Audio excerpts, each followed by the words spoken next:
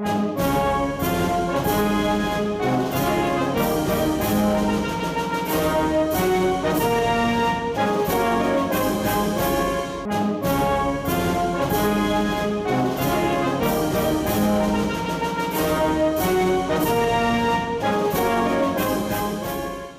the tradition that we have, however, does have a meaning and a purpose. And I think it has an important meaning and purpose. The work of peace, justice, and freedom is a difficult road to hoe. It's very, for me at least, and many of these people I know, it's very satisfying because you know you're doing the right thing. You're standing up for truth. But the problem is that you don't get rewarded. Oftentimes, the powers to be that control the money and things in society, they don't reward you for being someone who exposes the truth and fights for the right things and freedom. They want to punish you. So these kind of people go against a lot of resistance, and they have to fight an uphill battle to make a difference that for all of us, so we all have a better life. So we'd like to recognize those people at Freedom Law School's banquet dinners for the great efforts that they put forward. And the first person I'd like to recognize is a gentleman who is local to us. He's right here from Orange County, California. And he's in the Merchant Marine. And the man was trying to stand up for what's right and what should be.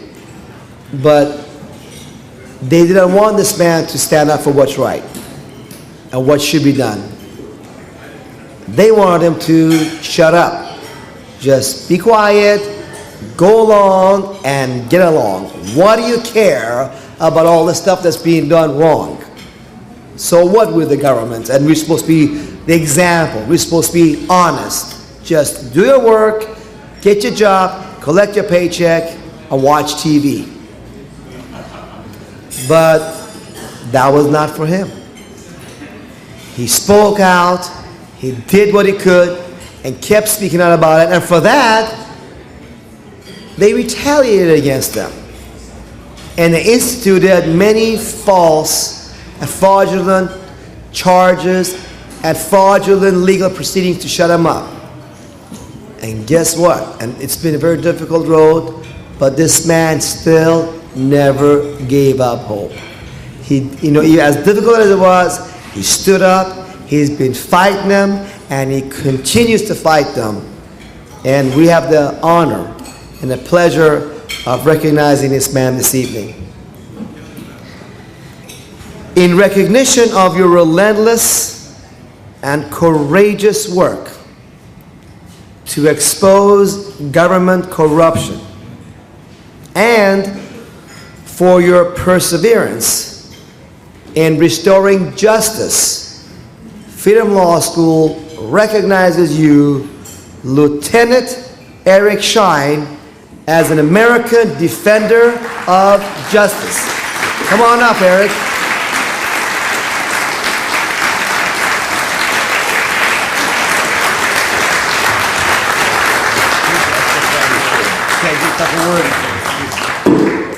I wasn't prepared for this. Nice plaque, too. That's nice of you. If you haven't heard my story or what I've been fighting, my name is Lieutenant Eric Shine. I'm a graduate of Kings Point. It's a sister academy to West Point and Annapolis. I come out of Kings Point with a naval commission. The Coast Guard, which I'm not in, have not been serving in, has been prosecuting me in a military tribunal for the last 5 years as a civilian. And they've done this to not only deny me JAG counsel that I would get as a naval officer, but they're seizing control of the entire United States Merchant Marine under the auspices of the Coast Guard and coming after me as their first target, I would say. I would use the word victim, but I don't like using that word.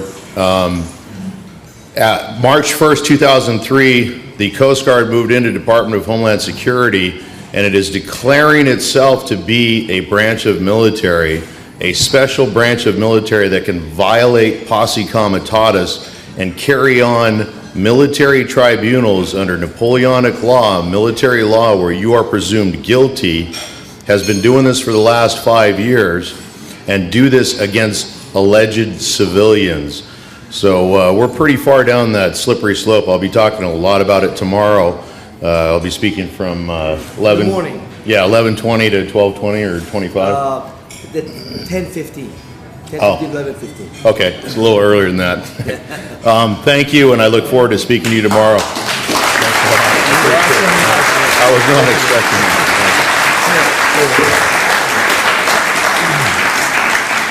Yes, and you will be hearing more from Eric tomorrow. Ted Gunnison will be our first speaker at 9 o'clock. And around, I think, 10:15 or so, Eric will be speaking about incredible stuff going on, folks. Remember, we're fighting this stuff because one day it's this guy or the other guy or Eric Shine or the people on the trade towers. But, folks, tomorrow it could be us. It could be you. You know, that's why we got to fight for all this stuff. Okay, anybody find our second person back there? No luck? Okay, well, our second person we'd like to recognize, he's not here tonight because apparently he didn't, I don't know, he forgot about the dinner or what, but we have miscommunication happen. Nonetheless, we are going to recognize him because this man has been in the field of writing about the truth, writing what's going on with our government officials for many, many years. And he started doing this as a young man. And he's still not that old. I mean, for someone, I mean, I thought I was one of the few guys that started doing this freedom stuff in his 20s. But he also started in his 20s as well.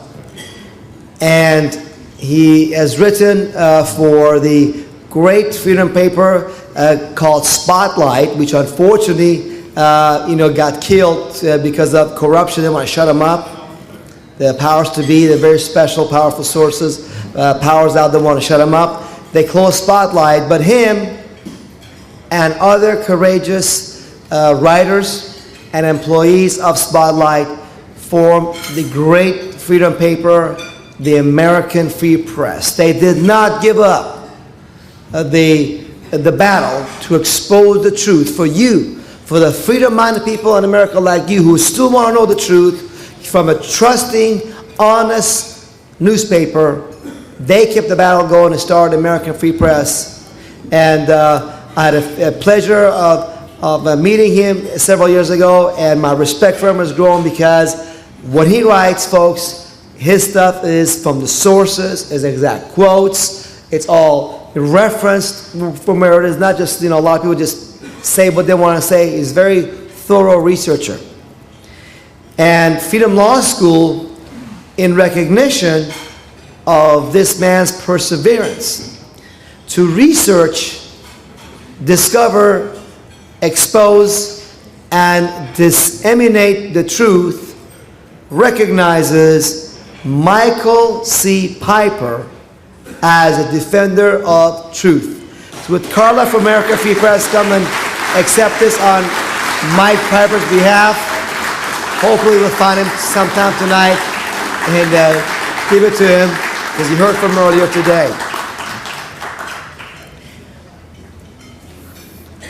Carla is with the American Free Press and Barnes Review that are in Temecula, here in Southern California. I'd like to present this to you to give to Mike, please, Carla. Thank you very much. You're welcome. You don't want me to say anything. So thank us behalf. Thank you behalf. I have had the honor and privilege of working for the American Free Press for about 5 years now. It is a fabulous, wonderful organization that is brave and dares to tell the truth. And I think Michael Piper is one of the bravest people I've ever met in my life. So on his behalf, I accept this wonderful award. And thank you.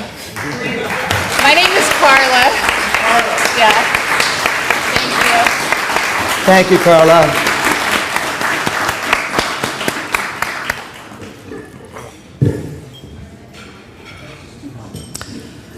Okay, folks, it's time for you to hear the speech that you've been patiently waiting for. This man we brought for you tonight needs really no introduction because he's so well known, so well respected, been at this for a long, long time. Folks, his history is so long, I cannot just repeat it all, but I can just mention a few words about him. He had been involved with many organizations like John Birch Society. He is founder of the Freedom Force International, an organization just a few years old to bring about freedom, not just to America, but the whole world, for the individual to get his rights back from the collectivists, socialists out there who want to take our rights and freedoms away and treat us like slaves. And he is an expert in many areas. He's an expert on New World Order. He is an expert on how the establishment powers that run America and the world, the intricacies of how they work together to control things, the media, the politics, and what goes around us, what we hear and see, how they manipulate us. He's an expert on the field of cancer. He's, in fact, many organizations have him speak on that cancer issue and how the natural alternatives to cancer therapy have been suppressed by the medical establishment. And he's also perhaps the foremost expert and researcher and writer on the field of banking and money. And he's author of the book called The Creature from Jekyll Island, which to my knowledge is the thickest, most comprehensive analysis of banking and Federal Reserve System that exists in the world. And in fact, that is going to be the topic of his speech. The Federal Reserve banking system. How it started, why it started. Well, he's spoken about that issue before, but I've asked him tonight, in addition to that, to add a little bit about, at the end of his speech, before he tells you about Freedom Force International, about where does he see the Federal Reserve and the banking establishment taking America and the world to. And this man, they say, if you know the past, you have a much better understanding of what may happen in the future. So he's going to share us a bit of his insight of what he's coming as well. Please help us. Give a warm hand of welcome to your banquet speaker tonight, Mr. G. Edward Griffin.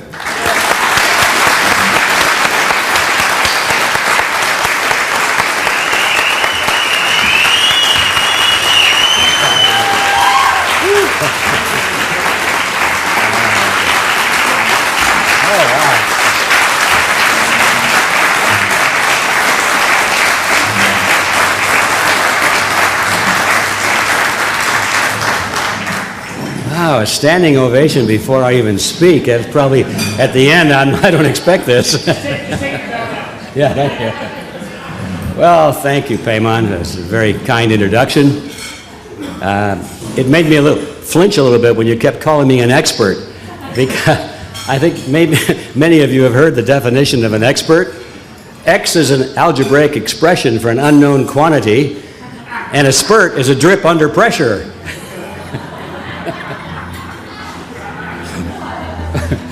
Well, no more comment on that. My friends advised me that when I give a serious topic presentation like this tonight, that I should always start with a bit of levity, a little joke. And I think, well, what kind of a joke could I tie in with Federal Reserve and money? Oh, I thought of a joke, a money joke. The gentleman but died unexpectedly, and the insurance agent came to his home to deliver the check. The face value of the insurance policy was being paid to his widow, and he showed up and he said, "Ma'am, I'm very sorry to hear of your loss, but maybe this check will be of some comfort to you." And she was wiping her tears away, and she looked at the check, and her eyes got really big because she looked at all those zeros on this check.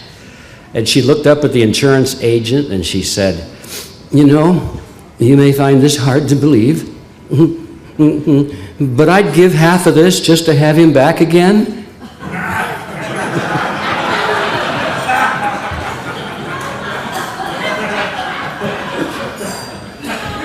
Takes a second to creep in, doesn't it?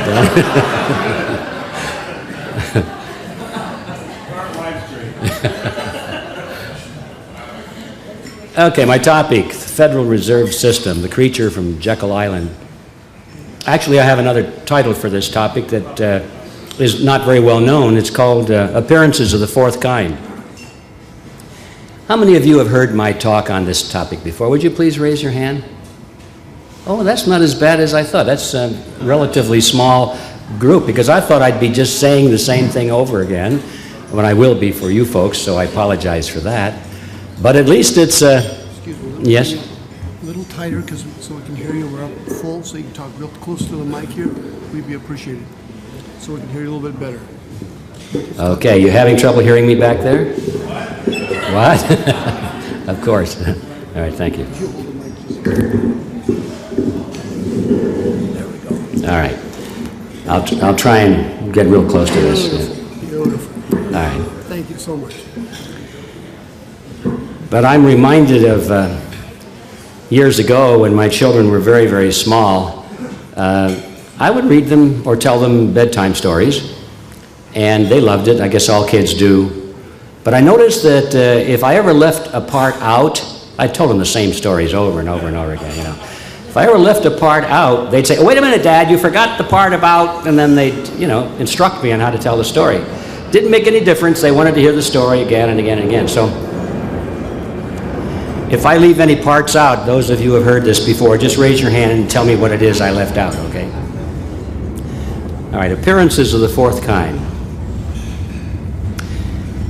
I'd like to start this topic by going back in history a bit, in fact, quite a bit, to the 1st century BC. There was an obscure philosopher that lived in the tiny kingdom of Phrygia. You really have to get into the encyclopedia to find out where that was. But that's where he lived, 1st century BC, and his name was Epictetus. And it was Epictetus who said, "Appearances are of 4 kinds. Things either are as they appear to be, or they neither are nor appear to be. Or they are, but do not appear to be, or they are not, and yet appear to be." Everybody got that? Confusing, isn't it? It actually is a very simple concept, but by the time Epictetus got through with it, it's pretty hard to figure out what he was talking about. All he was saying is that appearances are of 4 kinds. Things either are or they aren't. That's 2 of them. And regardless of which, they can sometimes appear to be the opposite. And there are the 4. Why didn't he say so? He was Greek. He was Greek, yeah.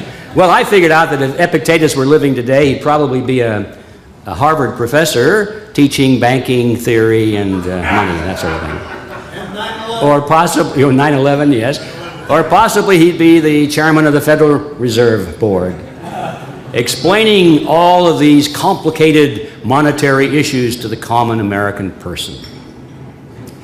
I thought, though, that Epictetus's attempt at explaining something simple and making it complicated was worthy of note, because I'd like to focus on that last part of his dissection of reality, appearances of the 4th kind. I'd like to use that as my punctuation point as I go through this presentation, and I think you'll see over and over and over again, even if I forget to remind you, that certainly that is what the Federal Reserve System is, an appearance of the 4th kind, which, as I'm sure you'll remember, are those things that are not and yet appear to be.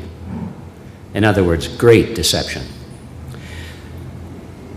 The best place to begin this story, I believe, is where the action is kind of dramatic, and that is Jekyll Island itself. Many people who have not read my book, that's most people, of course, wonder why I chose that title, The Creature from Jekyll Island, for a book about the Federal Reserve System. And I have to admit, I had kind of a little fun with that title in the beginning because it does have a mysterious sound to it. Maybe people would see it in a bookshop window and say, I wonder if that's a sequel to Jurassic Park or something like that. But anyway, the book title really has a definite meaning because it was on Jekyll Island, which is a real island off the coast of Georgia, that the Federal Reserve System was created in the year 1910. And when I discovered that fact early on in my research, I was very fascinated by this fact that something that I used to think was a government agency, and as you'll see as we go along, it is not a government agency, but I thought it was, and I thought something as important as our banking system, which was so intimately tied in with the power of government, surely would have been created in Washington, D.C. Why on a little island off the coast of Georgia? And then I discovered as I dug deeper into it that not only was it done there, but it was done under conditions of extreme secrecy. I'm here to tell you that very few wars of history were ever plotted under conditions of more secrecy than this, which I'll describe for you in just a minute. And then I began to think, when things are done in secret, usually there's something to hide. And so I became obsessed with the question, what is it that these men were trying to hide that they went to such great lengths to go to Jekyll Island?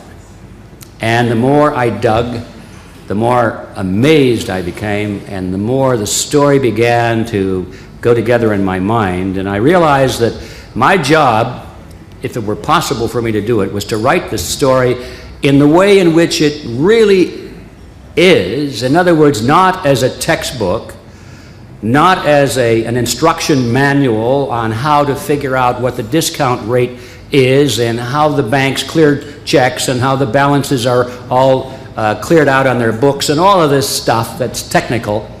I realized I was writing a whodunit.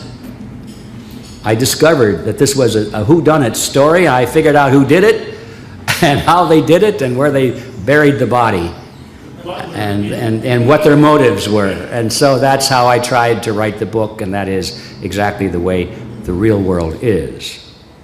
So let's take a look at this story, Jekyll Island.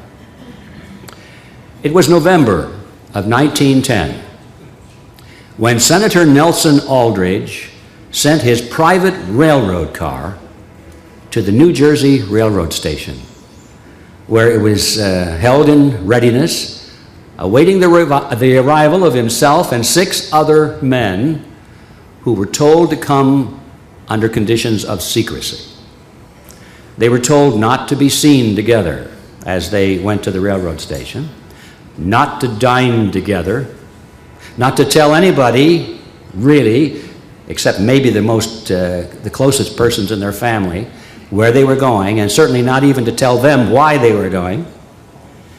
One of the men carried a shotgun in a big black case for the purpose of, if he had been stopped by a newspaper reporter and asked where he was going, he was prepared to say he was going on a duck hunting trip. And we find out later from the memoirs of one of his children that this man didn't even own that gun. He never fired a shotgun in his life. It was a borrowed weapon simply for the purpose of deception. The issue of newspaper reporters was very important because, you see, in those days, all of the dignitaries, all the politicians and the celebrities traveled by train, and if you wanted to catch an interview or a photograph of one of these people, the best place to do it was at the train depot. And there were always newspaper reporters and photographers hanging out at the Hoboken train depot. And so they were instructed to avoid those paparazzi at all costs. After the men got on board this private railroad car, now remember, a private railroad car in those days would be the equivalent of a private Boeing, I suppose, today, probably more than a Learjet. They were told that when they got on board, they were to continue the conditions of secrecy. They were instructed not to address each other by their last names. They were told to address each other by first names only. And in the case of two of these men, they dropped their first names completely and adopted code names. And they spoke to each other in terms of code names. And I thought, boy, that is really strange. And then we find out from the writings of one of these men who wrote about it years later, he said that the purpose of that was so that the servants on board the railroad car would not know the names of all of the participants. Obviously, they knew the name of Senator Nelson Aldrich. They were employed by him. And they might have known the names of one or two of the others, but not all. And it was the list of all of these names together. These were very powerful and influential and well-known men. If that had been known and had been leaked by the servants, if they had just talked about it, it might have gone from one person to another person, and the first thing you know, it would have been in the newspapers, and it could have completely defeated the purpose of this meeting. Once on board the train, they traveled for 2 nights and a day. I'm sure they were discussing their ultimate plans all the way along. And when they awoke the next morning, they were at Brunswick, Georgia, at a siding. They got off the train, and they were taken by ferry boat across the inland straits to Jekyll Island.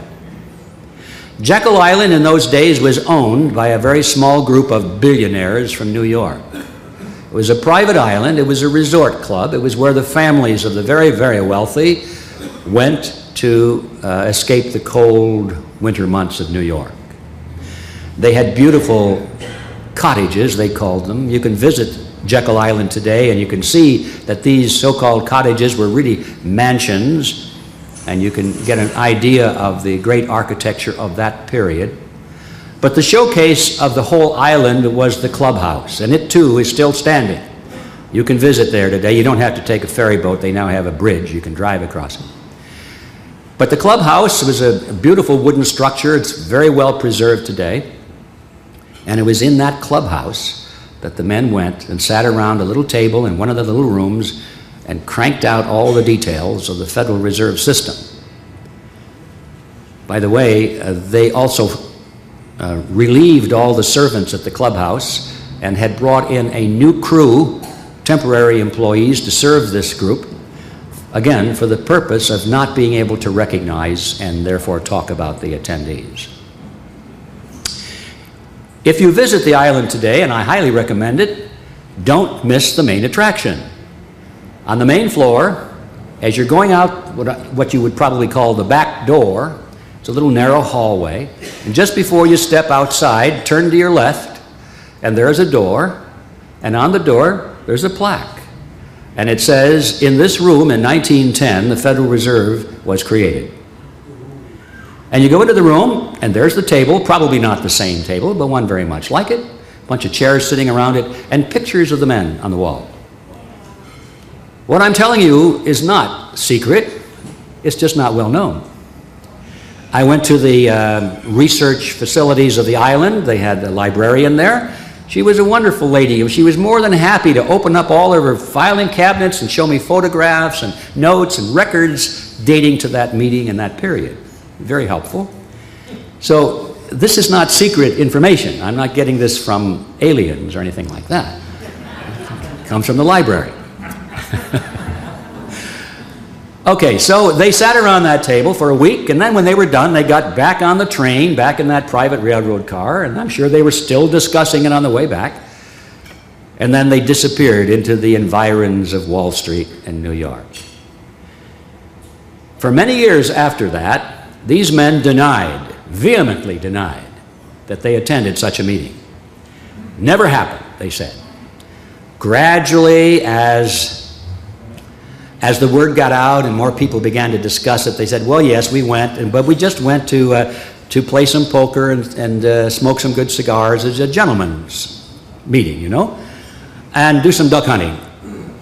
Finally, after the Federal Reserve Act was passed into law 3 years later in 1913, and even after that, When the American people began to think of the Federal Reserve System as a cherished American tradition or institution, then, and only then, did these men begin to talk openly about their role and what they did there, what they discussed, and what decisions they came to.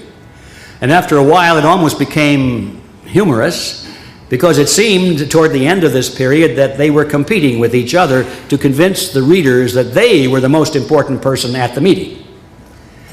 And so today, because of their memoirs and because of the biographies that have been written about them by very friendly biographers, I might add, and by the notes of their children and by interviews by newspaper reporters and that sort of thing, you can go to any well-stocked library today and read in minute detail exactly what was on these the minds of these men, and what decisions they made, and what they discussed, and why they came to those decisions.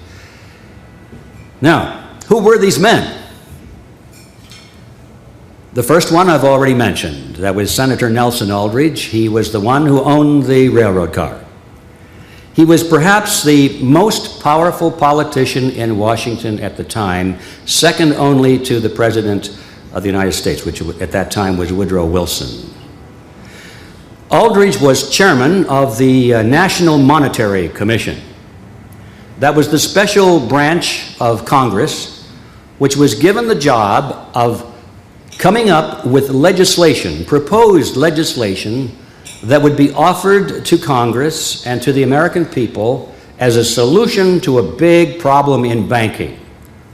The problem was that Americans were deeply concerned at that time over the concentration of financial power into the hands of a few powerful brokerage firms and banking institutions, insurance companies in Wall Street and in New York.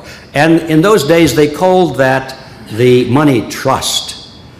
If you go to the historical records of the time, at the time I was doing research, they didn't have the internet. You had to go down to the Los Angeles Library and get the microfilm out, and you crank through the microfilm and the stuff goes by. And you could read, you could see it in very graphic form on the editorial pages of the New York Times and other newspapers of the period. This phrase kept coming up over and over again, the money trust. And there was a great hue and cry politically to break the grip of the money trust. That was the primary objective of the proposed legislation for the Federal Reserve System, to get those big bad bankers under control of those nice, friendly, wise politicians. They were going to put the politicians to the task and control the bankers. So Senator Aldrich was the chairman of that special committee that was to draft this legislation. Now, you need to know more about him. He was a very wealthy man. He was a business associate of J.P. Morgan. He was the father-in-law to John D. Rockefeller Jr., okay, which of course made him the grandfather to our former Vice President of the United States, Nelson Rockefeller. You may remember Nelson Rockefeller's middle name was Aldrich. Nelson Aldrich Rockefeller, and so he was named after his very famous grandfather. The second man on board this train was Abraham Piatt Andrew. He was Assistant Secretary of the Treasury. He was the only government official on board, and even that is not a correct explanation or description of him, because he was Assistant Secretary of the Treasury because he came from a banking family. He was primarily a banker before he went into Washington as Assistant Secretary of the Treasury. So his heart and his loyalties were really with the banks. Interesting person. I don't want to take too much time on these characters, but they're all rich with history. Andrew later became a congressman, but more than that, he represented some of the largest Wall Street investment firms, and he went to Moscow. And this was during that period leading up to the Bolshevik Revolution. And he was instrumental in transmitting huge amounts of money from Wall Street into the coffers of the Bolsheviks. And the plan, as he and others explained it, was simply to buy influence among the Bolsheviks so that when they came to power, they could then close the deal and exploit Russia's natural resources and have some influence over the political Bolsheviks when they came to power. It's a little interesting sideline, but I want you to know that this guy, Abraham Piat Andrew, was not just Assistant Secretary of the Treasury. Very important person. Third person on board was Frank Vanderlip. He was the president of the National City Bank of New York, which was one of the big banks, the biggest of all the banks at that time, representing the financial interests of William Rockefeller and Kuhn, Loeb and Company. Henry Davison was on board. Did they land here or something? I just give it a second here.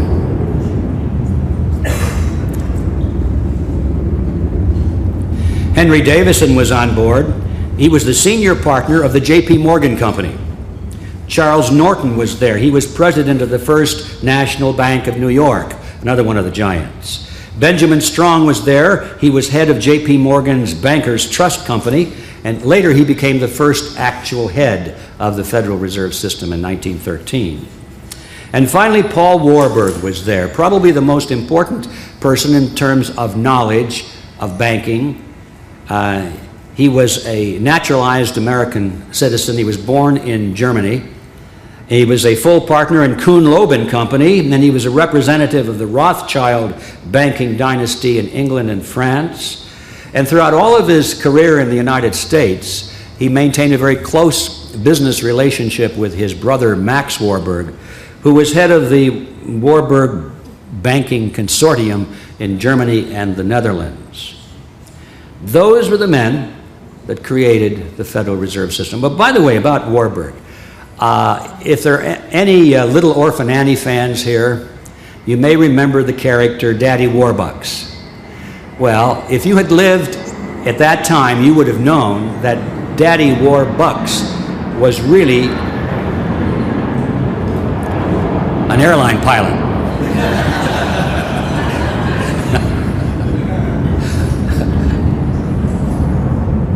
So everybody recognized that Daddy Warbucks was a characterization of Paul Warburg, even his appearance, the bald head and everything else.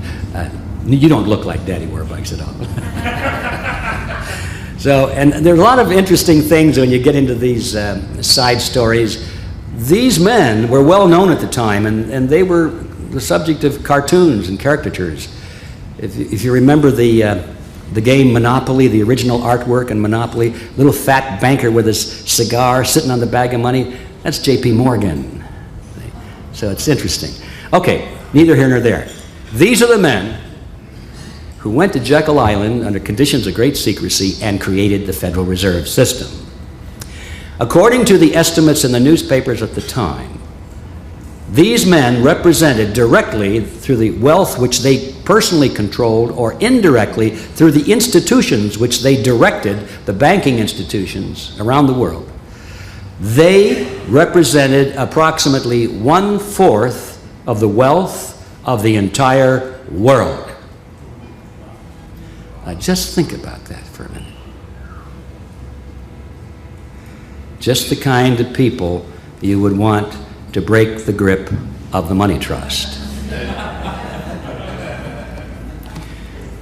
All right. Did it really happen the way I described it?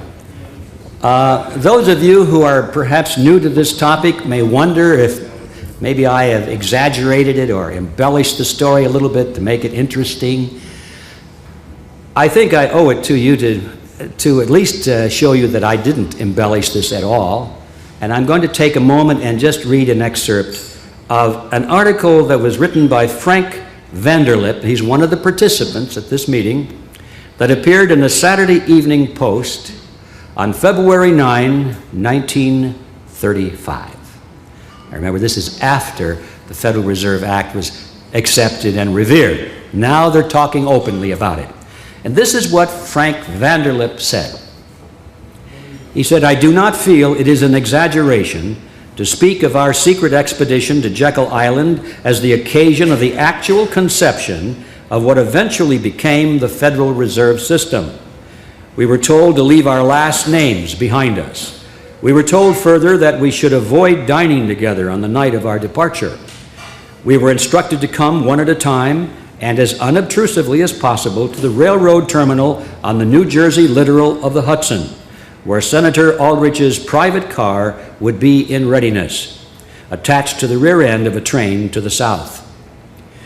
Once aboard the private car, we began to observe the taboo that had been fixed on last names. We addressed one another as Ben, Paul, Nelson, and Abe. Davison and I adopted even deeper disguises, abandoning our first names. On the theory that we were always right, he became Wilbur and I became Orville. After those two aviation pioneers, the Wright brothers. The servants and train crew may have known the identities of one or two of us, but they did not know all. And it was the names of all printed together that would have made our mysterious journey significant. In Washington, in Wall Street, even in London. Discovery, we knew, simply must not happen. End quote. Well, why not? What were they trying to hide?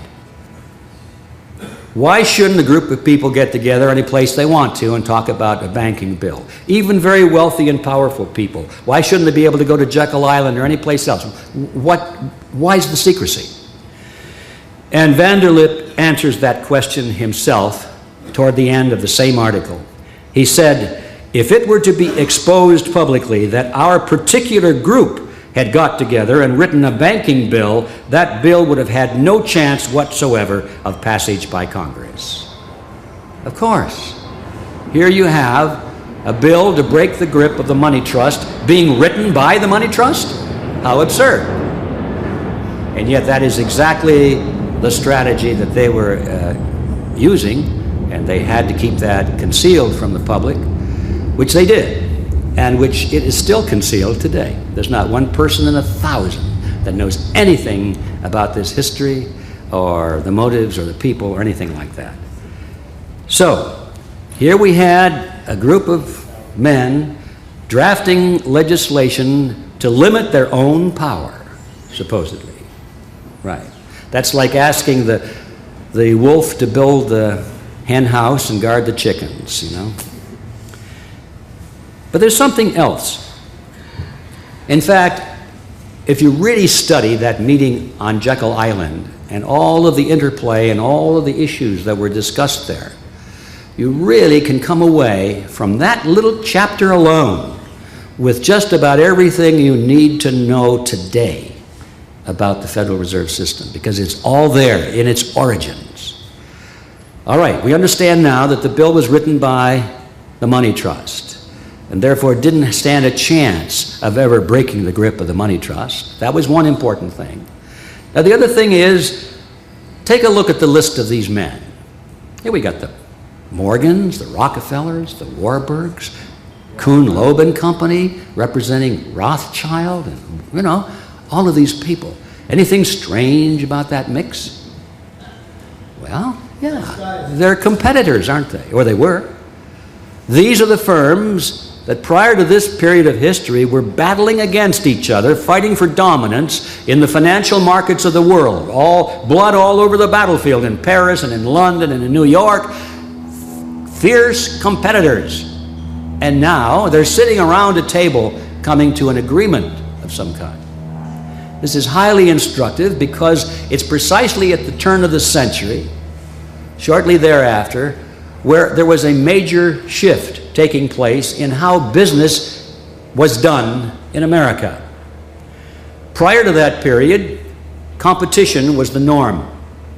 And in my opinion, that is the reason the United States grew so rapidly and surpassed the European nations, became more prosperous in a very short period of time, because it was free enterprise competition, while the old world was still struggling under the rules and regulations of granted charters by the crown and special monopolistic privileges, and you had to know somebody to get a permit and all that sort of thing. But at the turn of the century, there was a change. They were going back to the methods of the old world. And some of the historians describe that period as the dawning of the cartel or the monopoly.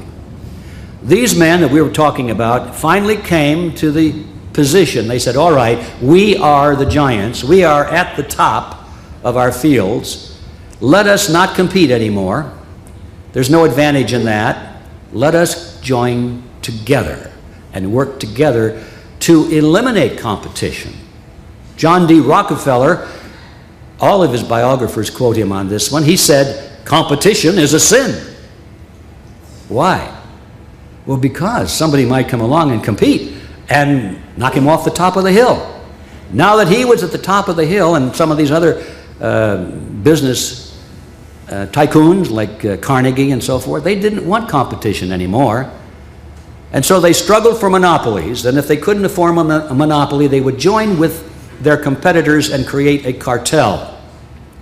I need to define a cartel briefly here so we're all on the same page. A cartel is a group of independent companies, privately owned or separately owned, I should say, that are agreeing not to compete with each other in various ways so that they can improve their profit margins or their position in the marketplace and keep real competitors out. So they agree not to compete on price, for example, or they agree not to compete on geography. They'll say, you can have the North, we'll operate in the South.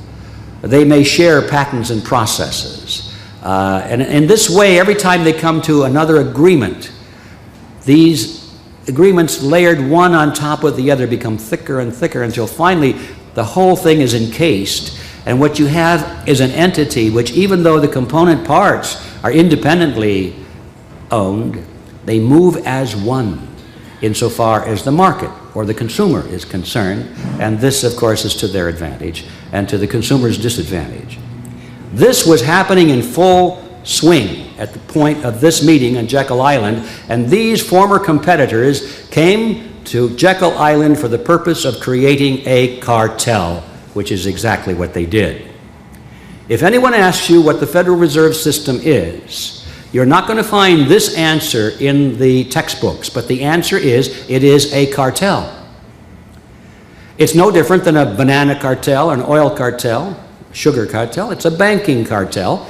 It's comprised of the largest firms in the banking industry, not only in the United States, but at its origin at least, there were international interests involved as well.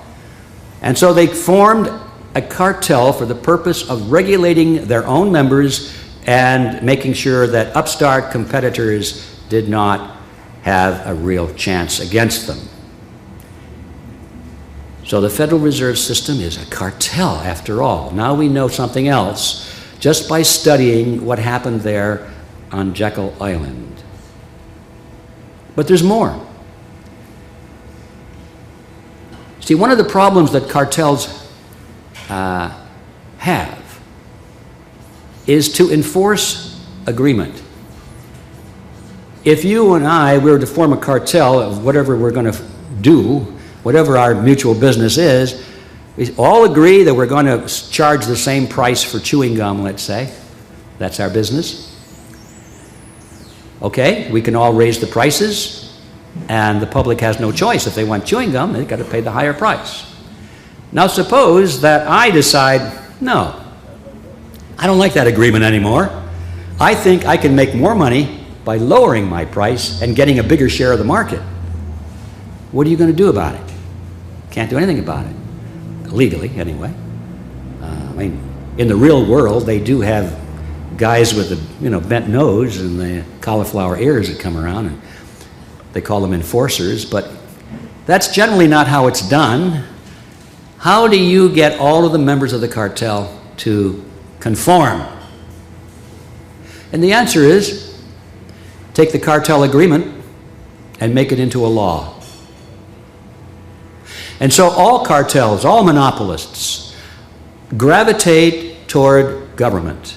They want government as a partner in their agreements.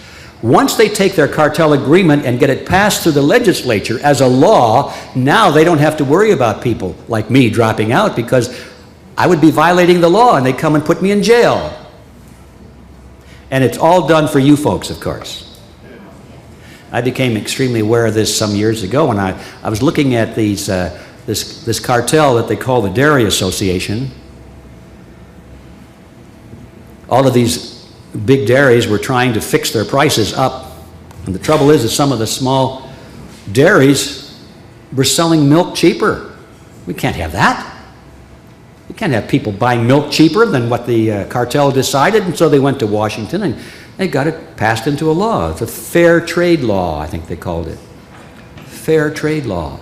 Now the government's going to protect everybody and make sure that the prices are fixed across the board so everybody can afford milk, so that babies won't be denied milk. And it was sold to the people as a great humanitarian measure, but the net effect was it raised the price of milk for everybody. This is how it works. So you got to keep this in mind when you're looking at Jekyll Island. These men created a cartel and they went into partnership with the federal government so that none of the banks themselves or even the smaller ones that are coming along in the future could ever drop out of the cartel agreement. Okay. We learn all of that just by studying Jekyll Island.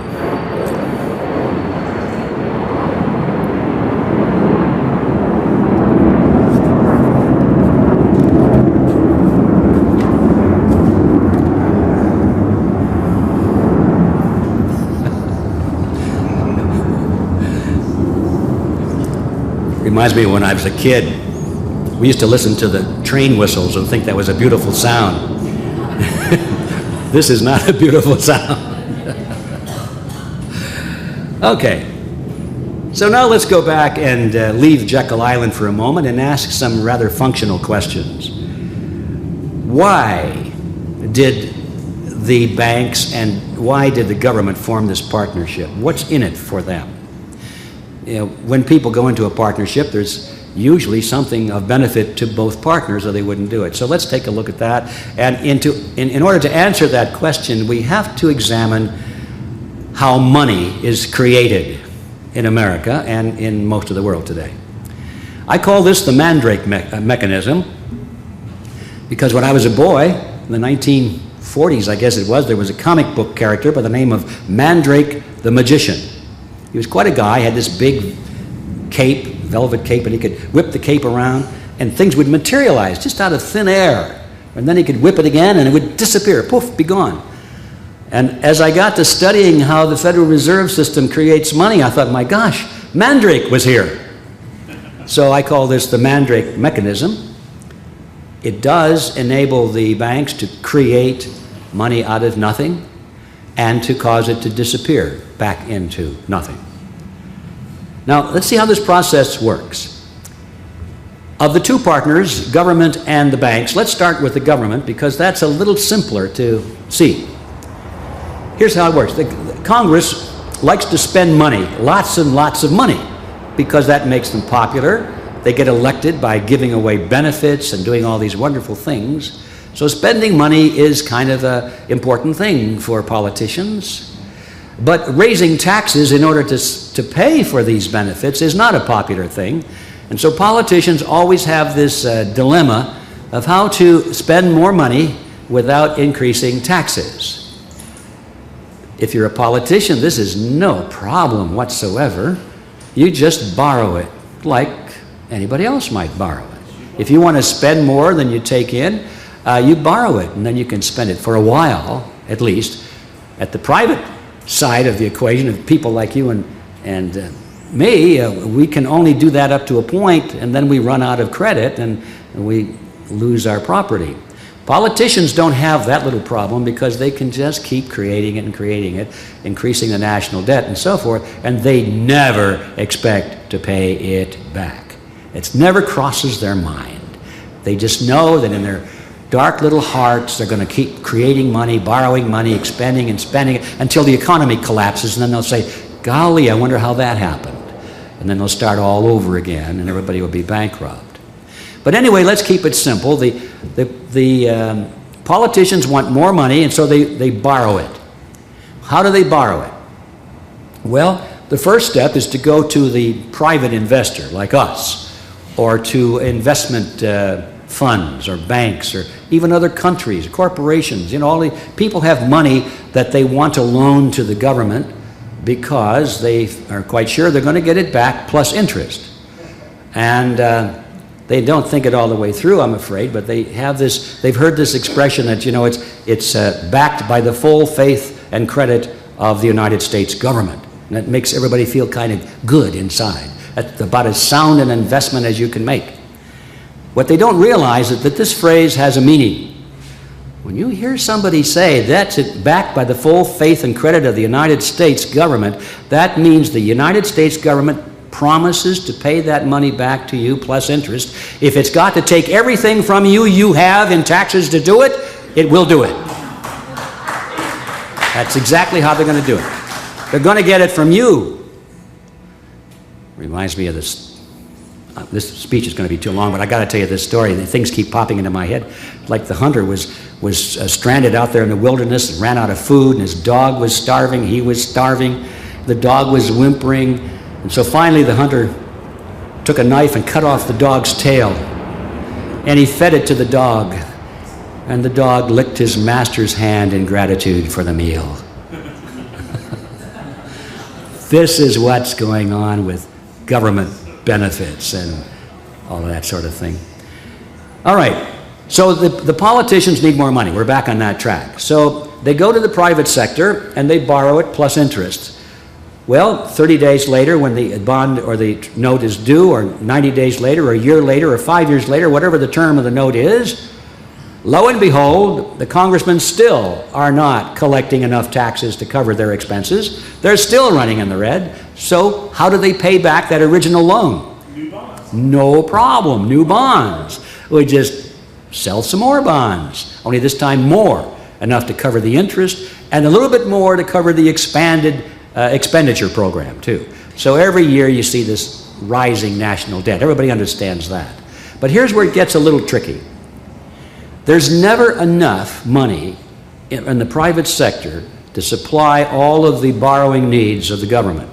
They always run a little short at the interest rates they're willing to pay. Now, if they raise the interest rates, of course, then they could get all the money they want. But they're trying to play that balance. So there's a shortfall. Now what? Here's where the Federal Reserve comes in.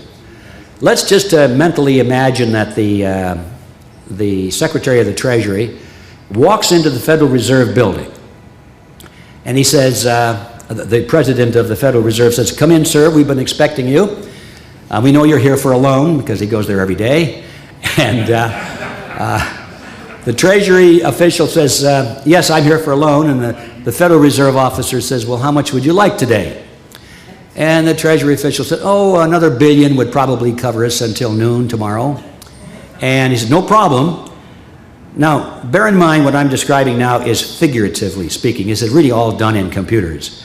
But let's just imagine that the Federal Reserve officer opens up the desk drawer, pulls out this big black book, checkbook, and he writes a check to the United States government for $1 billion, signs it, hands it over.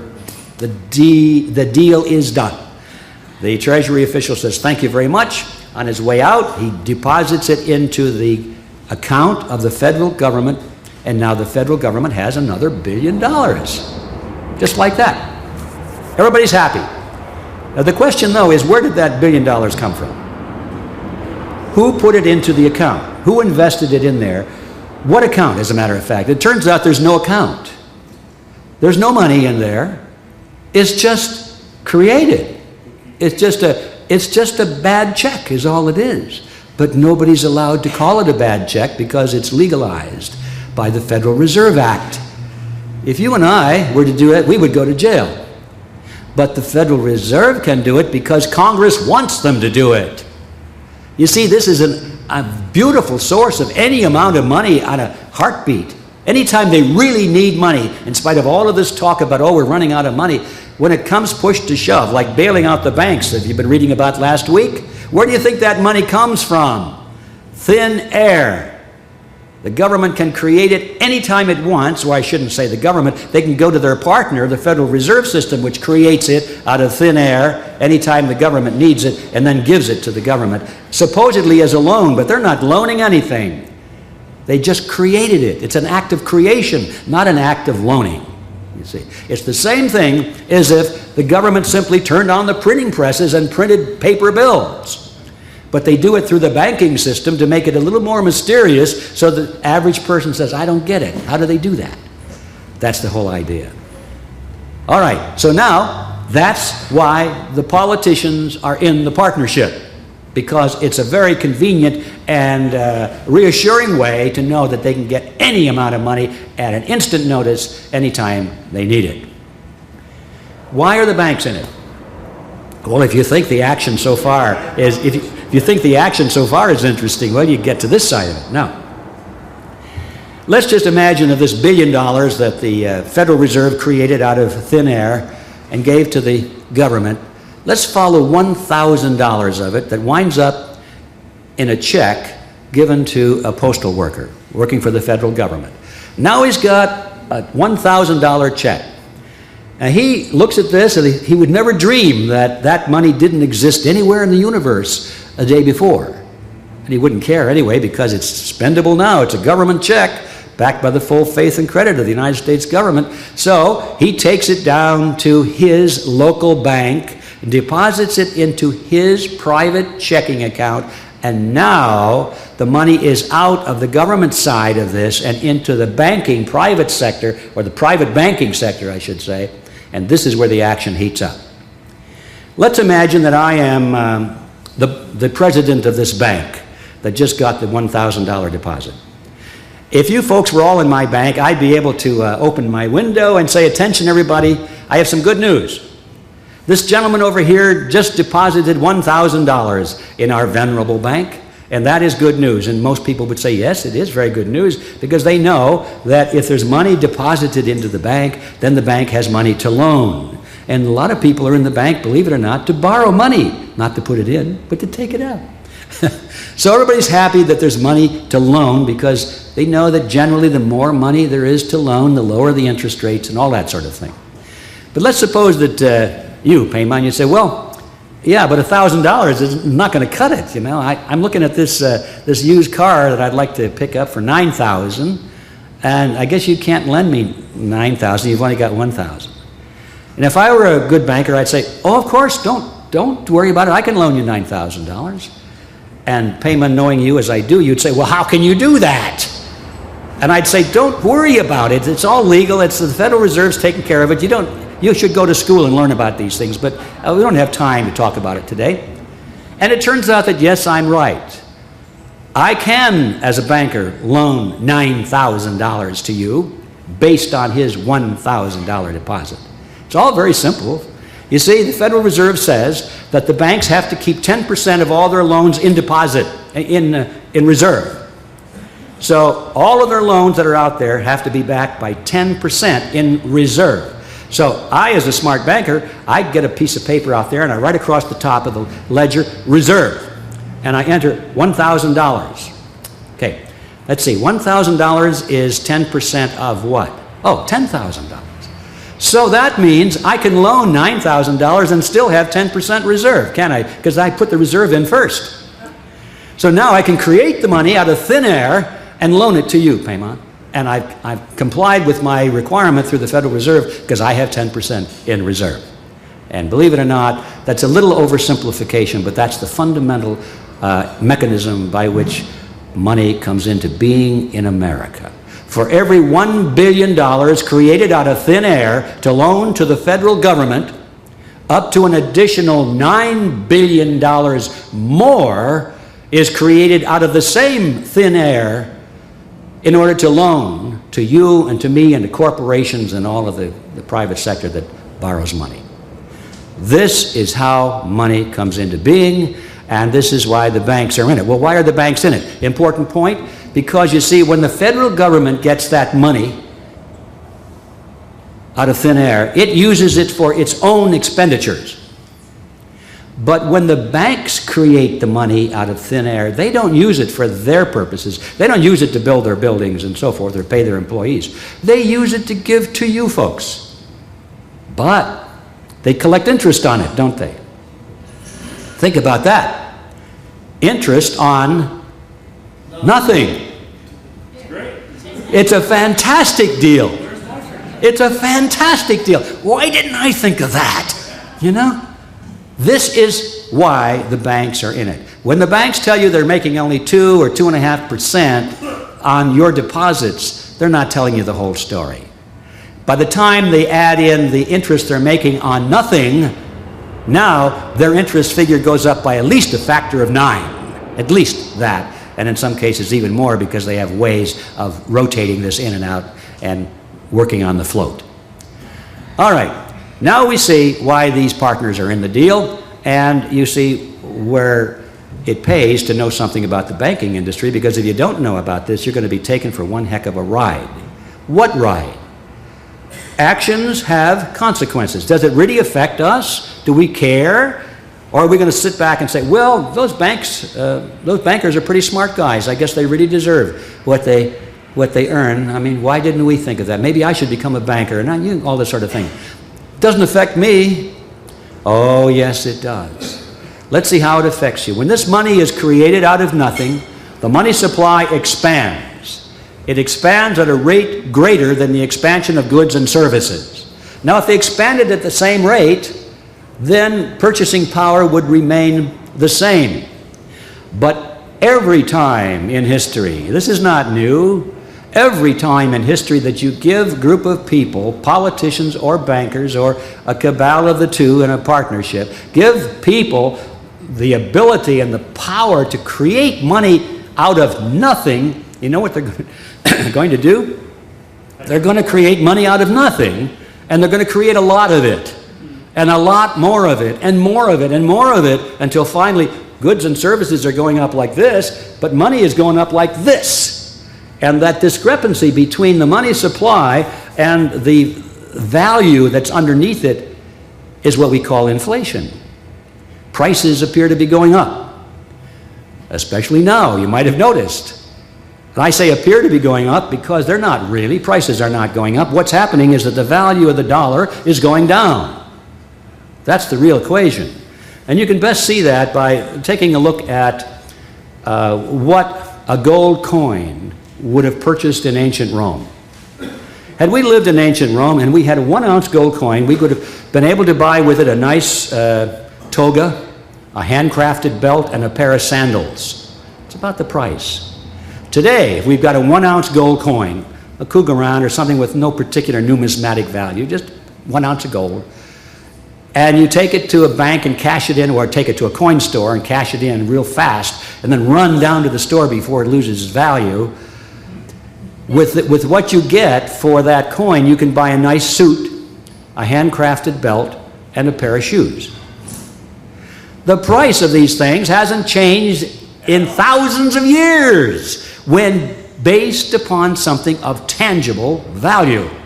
The reason for that is if your money is based on something like gold or silver or whatever, it takes human effort to produce that gold and silver, pull it out of the earth. It takes human effort and time.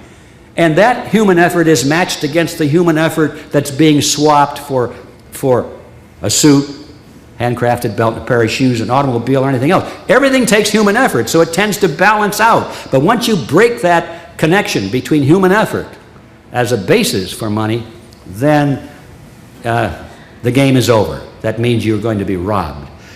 All of your purchasing power, ladies and gentlemen, is being taken from you through this process that we call inflation.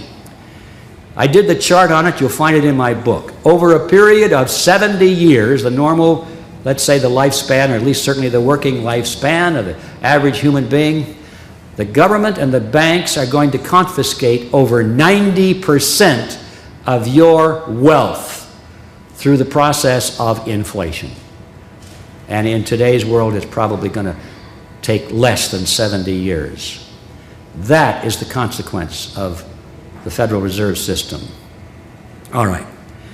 Let's go back to Jekyll Island, We're not done there yet. One of the things they had to do there is choose a name. You see, what they were creating originated really in Europe in the 16th century. They were doing a pretty close rip-off, at least an imitation, of the Bank of England, which was formed in 1694. What we have here, the Federal Reserve System, was modeled directly after the Bank of England, and that's where Paul Warburg came in, because he and his European connections knew European banking better than anybody. In America, the politicians in Washington had heard about this system, and it has a name. It's called a central bank. It doesn't really mean anything, but if you want to look up the structure of what we're talking about, the Federal Reserve System, and in other countries a similar structure, you look it up in the index of any encyclopedia or any textbook on this topic, and the name is a central bank. So the Bank of England was a central bank, and these men on Jekyll Island were determined to create a central bank in America.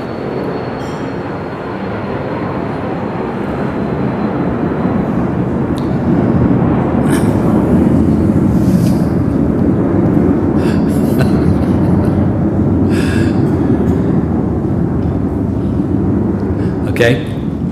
But the politicians in Washington had heard the phrase central bank.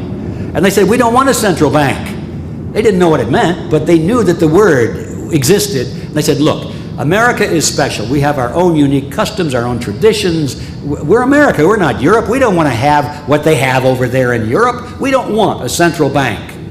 That was the mood. That was the opinion in Washington at the time. So one of the things they discussed on Jekyll Island is what to call this central bank they were creating, so that the American people wouldn't know that it was a central bank. And they gave it some thought, and they came up with this. They said, look, let's call it federal. If we put the word federal to it, that makes it sound like it's got something to do with the federal government. We'll put the word reserve in there, because that makes it sound like we've actually got reserves, which they don't. And they put the word system in. Now that was more important then than you might think. It certainly means nothing today. But remember, in those days, the American people were concerned over the concentration of financial power in New York. And so what they wanted was a diffusion of power across the land. They wanted to see these mausoleum buildings they called the Federal Reserve Banks, so-called, springing up in Chicago and San Francisco and all over the United States. They wanted a system to convince the gum-chewing public that they had a diffusion of power. And so the word system was very important in those days. And of course they added the word bank to it, and in every case, ladies and gentlemen, it was an appearance of the fourth kind, because it wasn't federal any more than Federal Express. There are no reserves behind it to be of any value. It's not a system. Full concentration remains with the big banks in New York, and it's not a bank. So if you're looking for a perfect example of an appearance of the fourth kind, you're not going to find any better one than this. All right. The next step was to sell this creature to the American public. It was introduced first as the Aldrich Bill, for obvious reasons. Senator Aldrich was the chairman of the Monetary Commission. Paul Warburg wrote to him and said, look, Nelson, don't do this. Don't put your name on this bill, because your name is so well identified with the big bankers. And people will say this is the bill of the big bankers. And I guess Aldrich was so egotistical, he must have said, I never saw anything in writing from him, but we know what happened. So I can picture Aldrich saying, well, after all, I am the chairman of the Senate Monetary Commission, and I'm well respected, and it is my bill, and people will certainly be impressed because my name is on it. Well, it turns out that Warburg was right. The minute the bill came out, everybody was saying it was a bill of the big bankers, and it had very little support in Congress. That was just, this one's coming low.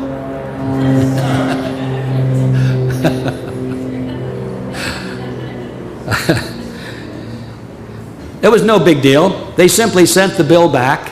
They took Aldrich's name off. And you see, he was known as a Republican, and everybody knew in those days that Republicans were all wealthy and big businessmen. So they found two Democrats, and they put their name on it. And that was Carter Glass and Robert Owen. It was now the Glass-Owen bill. And they were Democrats. Now that's different because Democrats, you know, are hardworking people, and you know, they represent the working class, guys with dirt under their fingernails, you know, like Ted Kennedy.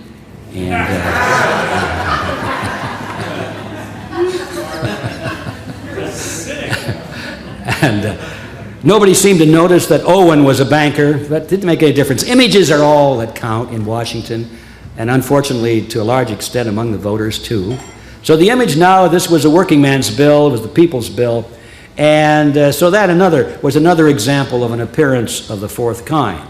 All they did was just scramble the paragraphs around a little bit and change the names on the cover. The next thing was to build some kind of a scholarly background for it.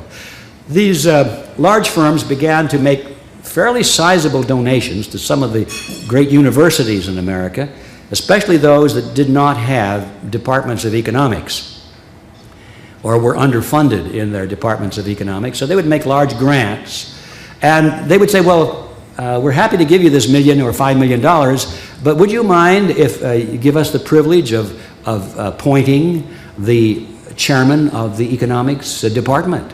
And of course, the presidents of the universities and the board of directors would say, of course not. Thank you for the $5 million.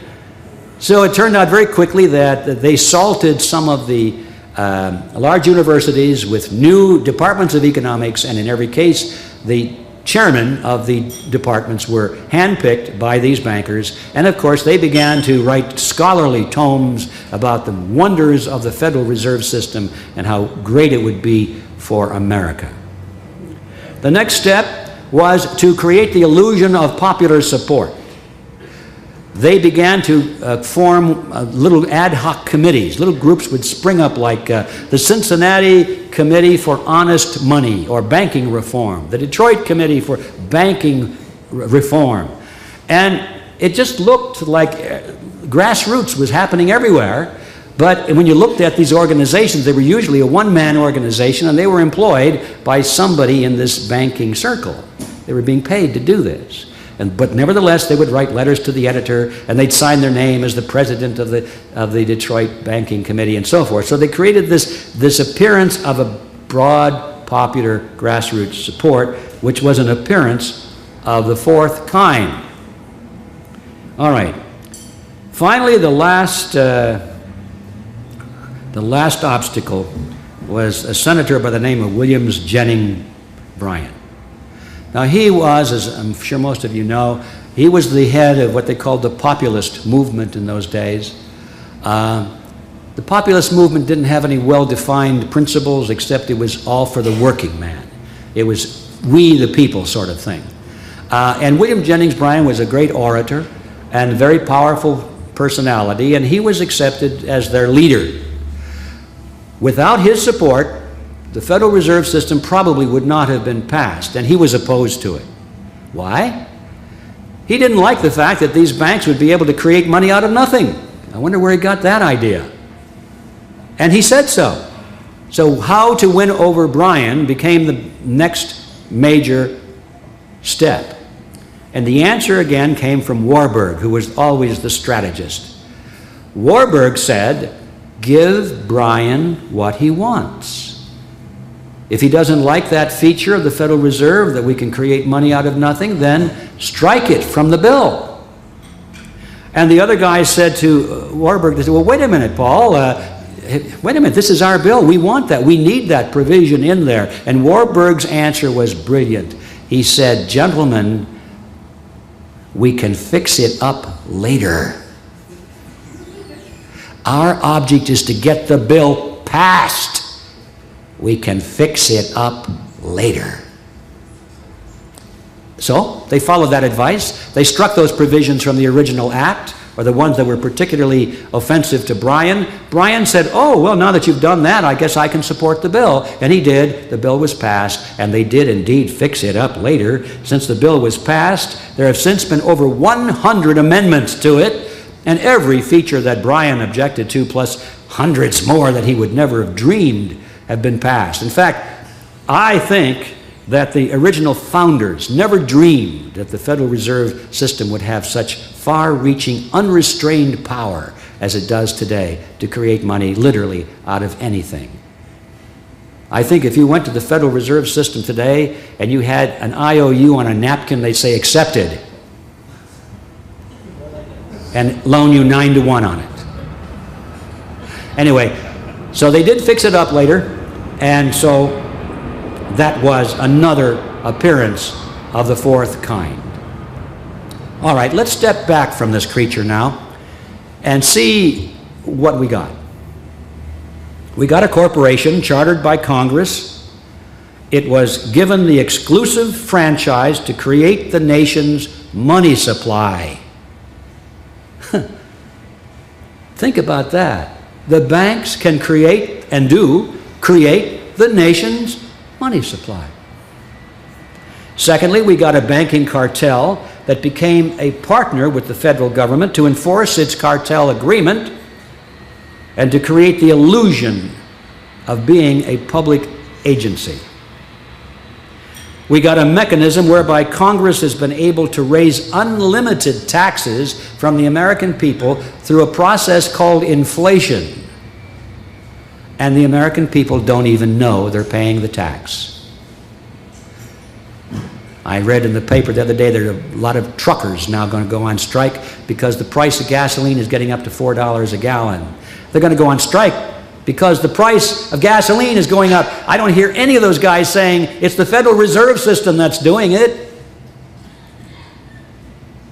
People don't have any idea that they're paying taxes through inflation. Pretty cool.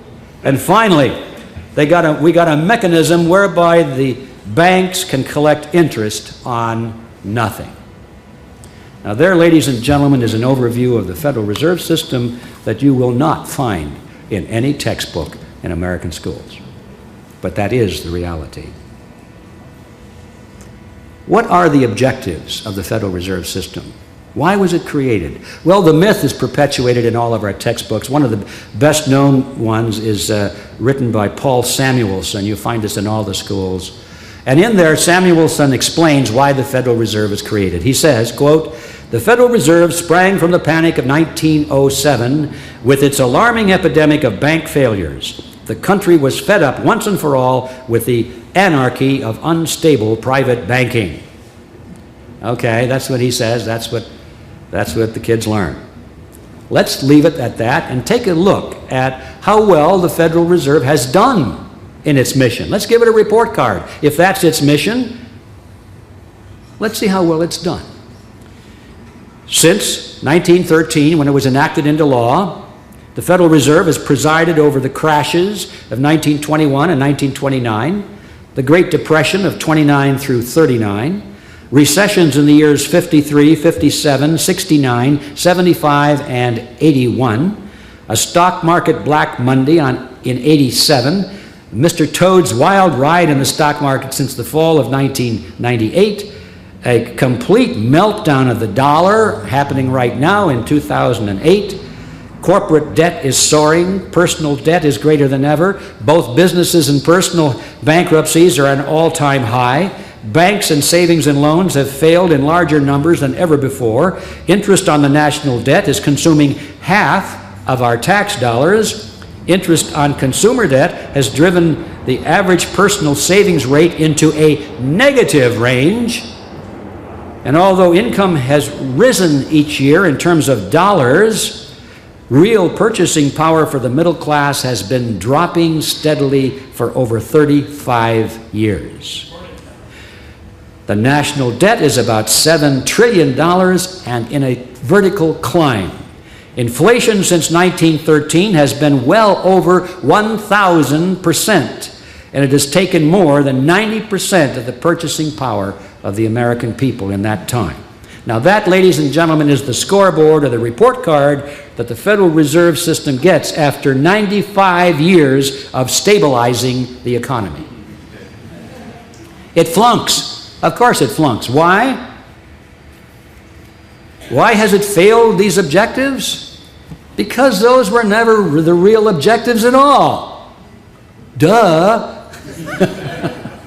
No, that's for you to believe. That's what they say. Would you ever support the Federal Reserve System if Bernanke or anybody comes from the Federal Reserve and says, well, we raised interest rates today because we want to make some more money for the banks?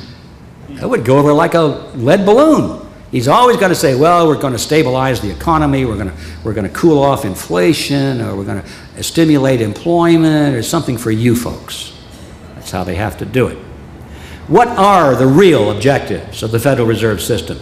These are not hard to discern because they talked about them at Jekyll Island. Here they are.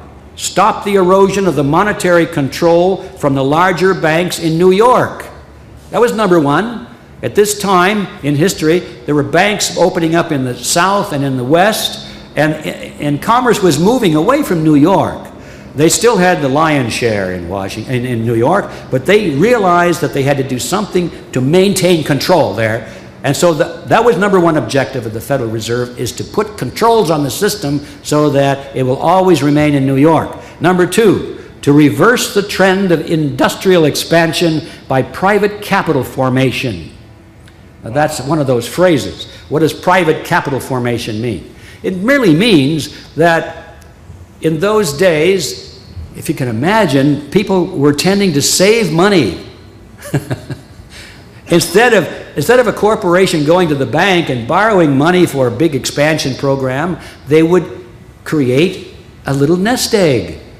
Every quarter, when it was time to pay dividends, they would hold back a little bit from their stockholders, put it into a special fund, and after a couple of years, they had their own money. They created their own capital to do their R&R and their expansion programs. And the banks were very concerned about that. And they said, we must figure out a way to bring industry back into the banks for capital. So the enemy was private capital formation. And then, of course, they wanted to pass on the inevitable losses to the taxpayer in the name of protecting the public. I'd like to go back to that private capital formation issue again because this is so important.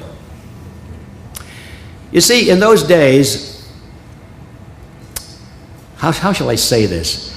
The only way that the banks could get industry or borrowers of any kind into the banks to borrow money more than they were is to lower the interest rates. That's pretty simple arithmetic. And a person might say, well, why didn't they just lower the interest rates then? And the answer is because they couldn't. In those days, money was not created out of nothing. It was based on gold and silver. And there was a limited quantity. And there was a natural interest rate. Those who held the gold or the silver were not going to lend it out because it was all they had. It was valuable. They didn't want to lose it unless they got a certain amount of interest on it. The natural interest rate that many commentators believe is about 3 or 3.25%. And the banks wanted to go below the national interest rate to entice people not to do private capital formation. But they couldn't, because that was the natural interest rate. So they began to talk about a flexible currency. They said, what we need is a flexible currency. What does that mean? That doesn't mean money that bends. That means flexible currency, in their terminology, meant money created out of nothing. They said, well, you know, the farmers need more money in the springtime, and the industrial cities need more money in the fall. We want the ability to be flexible so we can create the money for you folks to follow the seasonal trends. And therefore, please give us the power to create money out of nothing to help you. That was the argument. Well, it doesn't take a rocket scientist to figure this out. If you can create money out of nothing, you don't need to charge an awful lot of interest on it to show a profit. The creation itself is a windfall. That's it.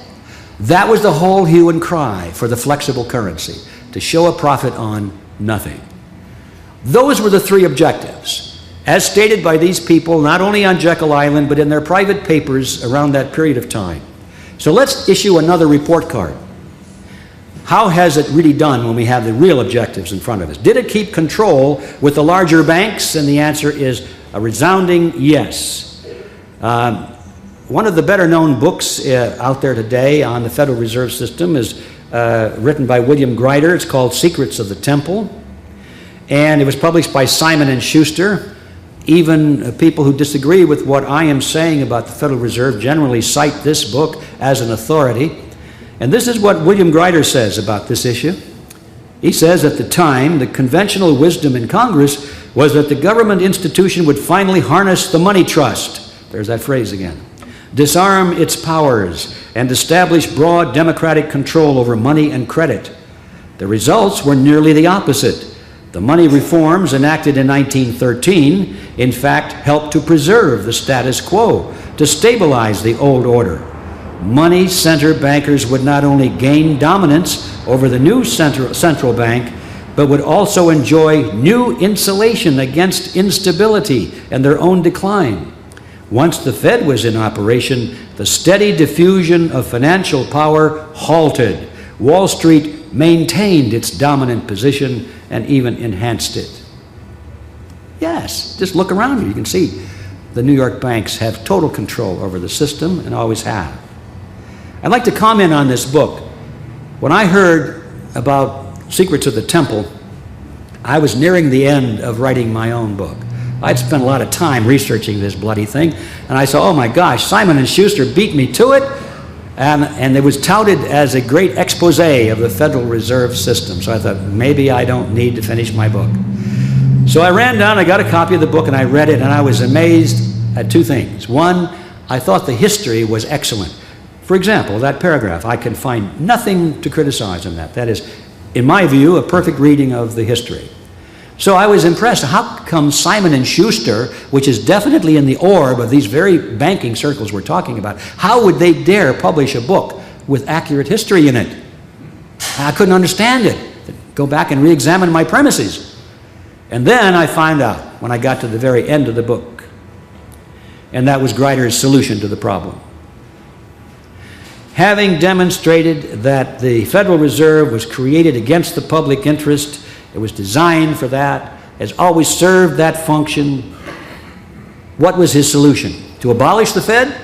No, not necessary. Well, how about a complete remake? No, he said, that's not necessary.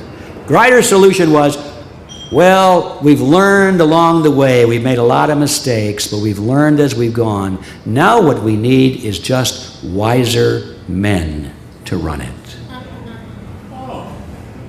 You get it? Fell off the track yesterday. You see, this, I put this in here because it doesn't directly relate to the Federal Reserve, but it relates to something that's important, and that is controlled opposition. The Federal Reserve has always controlled its own opposition from the day it was started, from the day it was promoted to the American people. In fact, the Federal Reserve Act itself was its own opposition, you see. It's an important fact that the American people must understand, that the elitists who are trying to run our lives are very good at leading and creating and funding their own opposition. What good does it do to know the history and the true intention of the Fed if you don't change it? You see? Very important fact. Okay. Second point. Was self-capitalization replaced by bank credit? Oh, of course. Everybody's in debt now. Nobody saves their own money. The interest rates are always being depressed so low as to lure people away from personal savings and into the banks. Boy, at those interest rates, man would be a fool not to buy to borrow money at those rates. And they just draw everybody into the banks and into debt. Credit cards and low interest rates. And the average person is not sophisticated to realize that this is a big, juicy worm on a hook. And they grab at it every time. Today, many businesses pay more to the banks every quarter in interest on their loans than they pay in dividends to the owners of their stock. I would say the Federal Reserve gets an A on second objective. And what about passing losses on to the taxpayers in the interest of helping the people? Well, I hear the snickers and the laugh. You all, in this audience, you're easy. But let me just remind you that there's a long history of this. I'll just pick a few. The Penn Central Railroad was bailed out in 1970. No, that's a mistaken statement. The railroad wasn't bailed out. The banks that loaned the money to the railroads were bailed out. See, the railroad was not able to pay its loan, and so everybody said, well, let's save the railroad. But what they were really saving was the bank, which was going to go bankrupt if all their loans went bad. So they bailed out the bank behind Penn Central Railroad in 1970. They bailed out the banks behind loans to Lockheed in 1970. They bailed out Commonwealth Bank directly in Detroit in 1972. They bailed out the banks that were on the hook for loans to New York City in 1975. They bailed out the banks that were behind loans to Chrysler in 1978. They bailed out directly the First Pennsylvania Bank in 1980. They bailed out Continental Illinois Bank in 1982. And now they're bailing out all banks in 2008. And where do you suppose that money is coming from? It's coming out of thin air, which means it's coming out of your purchasing power. No, it's not thin air at all. They're taking it right out of your pockets.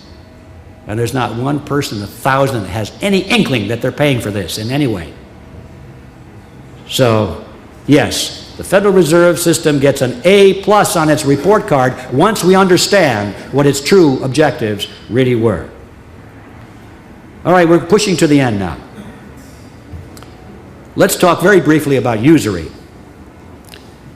Historically, in biblical times, a usury was a phrase to describe any interest on any loan. It was considered to be immoral. And in those days, people were expected to help their friends and their families by just giving them the money on the basis of a personal promise that they will repay it if they can. Very little money was loaned on that basis. But for someone to say, well, we'll do it on condition that you pay us 3% or 5% or anything, that was considered to be unethical or immoral, against God's word, actually. In today's world, that's not our definition of usury. Most people would consider that if you have worked hard for your money and you've saved it, and you've foregone the privilege or the joy of spending your own money, and then you lend it to somebody or give it to somebody for their venture, you're taking a risk and you've made a sacrifice, and for that, most people would say today, you're entitled to a reasonable return or payment of some kind. Call it what you will, interest, return, recognition, what have you, fee. The Muslims call it a fee. They don't believe in interest, but they charge fees. Okay? And most people would say that's fair. But ladies and gentlemen, what do we think about money that was not earned, was not saved, there was no risk, there was nothing given up, it was created out of thin air? Now that is a whole horse of a different color. Thomas Edison said, people who will not turn a shovel full of dirt on the project, nor contribute a pound of materials, will collect more money than will the people who will supply all the materials and do all the work. I won't bore you with the details, but I checked him out. I got my calculator out and he was right. I did a simple calculation for a $100,000 house, and I deducted all the expenses for land and brokerage fees and building materials and all that sort of thing. I punched it out, 20% down, 10% loan, 30 years interest would be, interest on this $100,000 house would be $172,741, which is about 2.5 times greater than the money spent for those who did all the labor and provided all the materials. That is usury. Not because it's excessive, because if that money had been saved and risked, it would be reasonable. But that money was created out of thin air. And so I believe that it's time for modern man to come up with a new definition of the word usury, and my suggestion is that usury should be defined as any interest on any fiat money, which means money created out of thin air. Now that example of 2.5 times more money going to the magicians than to the workers is just a pebble of sand on the beach. That was one little $100,000 house. You can't even find them that cheap anymore. Multiply that equation for every dollar that's in circulation. Remember, all of it, absolutely all of it, comes from loans. If all the loans were paid back, there wouldn't be 1 penny left in circulation. It would all disappear back into the bank vaults and back into the ink wells and back into the computer chips. All money today is based on loans, which means it is earning interest on this kind of a ratio. All of this buildings, all of the homes in America, all the cars in America, this hotel, all the factories, all the machines, all the farms, the farm equipment, the seeds that go into the ground, buses, airplanes, airports, microphones, podiums, everything is being purchased with money which is earning interest, unearned interest to these people. And once you get your brain around it, it's just staggering. It's absolutely staggering. First time I did that, I had this mental picture of this huge river of gold. It's so far from one side to the other, I couldn't even think across it. And I said, this river is flowing somewhere. I think I'll follow it and see where it goes. I thought it was going to go to the rich people, you know, like Rockefeller and the Rothschilds. And indeed, it does go there, but it doesn't stay there. That was the amazing thing. They don't use that money to buy more yachts or bigger palaces to live in or jet airplanes or Jekyll Islands. They spend that money. They don't need any more money. They've got so much already. After a man or a woman has everything they could possibly want in the material way, what is left to stimulate their imagination? It's power, isn't it? Yes. And that is exactly what we're dealing with here. This money is not being used to create more wealth, but to accumulate power over human beings, over you and me and every human on this planet. They're using this money to buy the loyalties and the obedience of their servants. They're putting people in key positions here and there.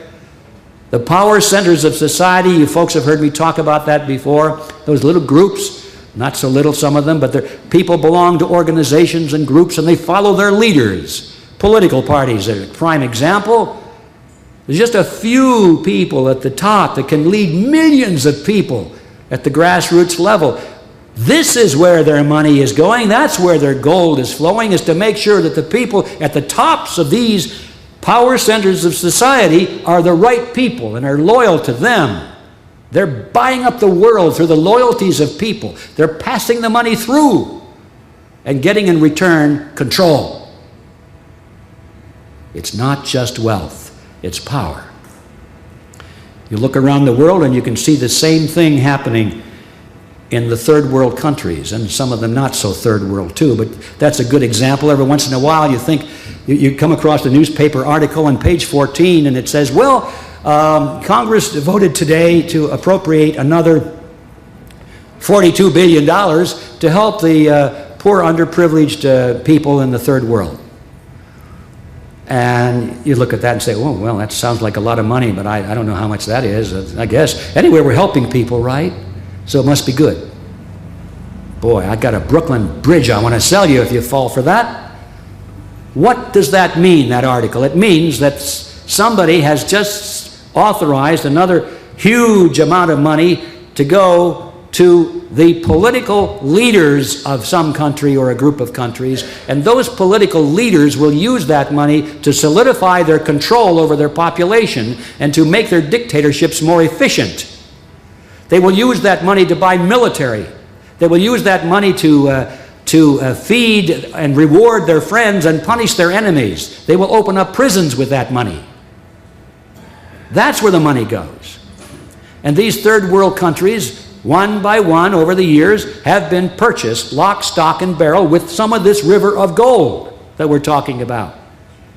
We all know that the unfortunate welfare families in our own country are so sad because after the second or third generation of children being born into welfare, they're born into a welfare culture where they haven't any concept of making it on their own. They think that society owes them a support. They can't work. They don't have the mindset. They're lost. Countries are like that too. Some of these third world countries haven't the foggiest idea of how to run an economy or how to be prosperous on their own. They get checks every now and then from the International Monetary Fund or the World Bank or directly from Uncle Sam. That's how they operate. They're not interested and wouldn't know how to create an economy of their own. So what I'm saying, ladies and gentlemen, is this river of gold has been used to buy up the leaders of these countries all around the world, and they're just as happy as they can be with that arrangement. They live very well, thank you, as long as they can go to the United Nations in New York and have their Waldorf Astoria suites and drive around in limousines and have their palaces and their concubines and all of that sort of thing. They're happy as they can be. This is the reality, and all of this is part of the Federal Reserve story. All right. What can we do about it? Well, any suggestions? It's a big problem, isn't it? One thing we know is that we cannot slay the creature, which, by the way, we must slay the creature. That's the answer, but how? We cannot do it if we focus only on the creature, because the creature has siblings. It's not the only one out there. And you know about some of the others. You know about all of them. I'll mention just a few. I jotted them down here. They all hunt. They feed together. An income tax designed to eliminate the middle class. A school system that brainwashes instead of educates. A controlled media that corrupts the news. Controlled political parties that create the illusion of participating in our own political destiny. The United Nations rapidly dismantling our national sovereignty. A garrison state being built up around us in the name of anti-terrorism, to name just a few. FDA, yes, thank you. They're all siblings, and they hunt and feed together, and we have to look at them all, and they must all be destroyed. All right. How do we slay the creature and his siblings?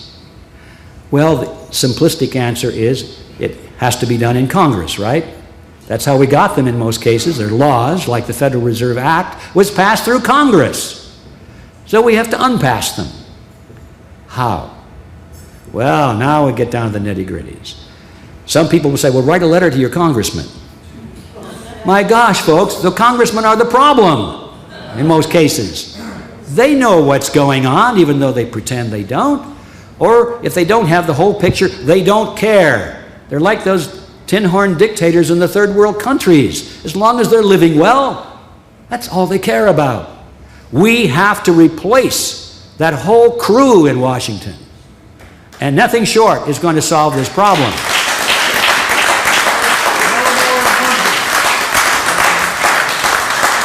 And how do we do that? All right, now we're down to it. Now, I'm completely out of time, but as Paymon said, I was going to mention something toward the end about Freedom Force. So I'll just say this much about Freedom Force. Did you pass our little sheets around, Joan? Oh, they're going around now. Freedom Force is an organization, this will take about 2 minutes. Freedom Force is an organization which was founded in 2002, didn't really get up to speed till about 2005. And we have members now in 58 countries. This is a worldwide problem. Everybody's got a similar problem. And the mission is to recapture control of the power centers of society.